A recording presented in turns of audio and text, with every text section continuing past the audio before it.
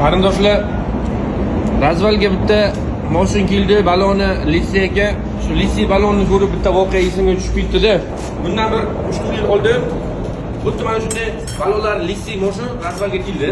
Ustodida xato qildirganman, lekin balonlarni Lisi razval qilsa bo'ladimi? Ha, bo'ladi dedim. Faqat meni qilgan bitta xatoyim razval qilgandan keyin unga yoki chapga tortishi mumkin. Bo'ldi unga yoki chapga tortishining sababi balondan demadim. Uni skajeralari, razvallari noto'g'ri edi, lasetti edi. Keyin men uni lasettini orqa oldin razvallarini qildim. Ishni qilgandan keyin mashinaga men haydab kiradi, mashina haydab ko'rdi. Ustob rulni juda ham tortyapti dedi. Qayerga tortyapti unga? Balonni bilan almashtirib qo'ydim. Haydab keldi, chapga tortyapti dedi. Orqa qo'liga haydab qo'ydim. Har usulga qildim, lekin uni rulni tortmagan qila olmadim. Taxminan bir 2 soatda unnadim. Rul tortmagan qila olmadim.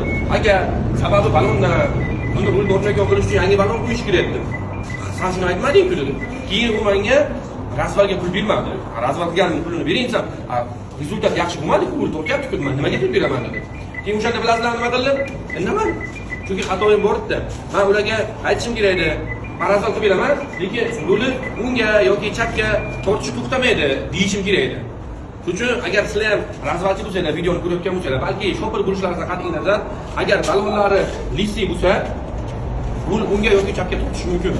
Hammalaringizga rahmat, aziz boshingiz omon bo'lsin, kunlaringiz omon bo'lsin. Bizning uchrashishimiz davom etadi.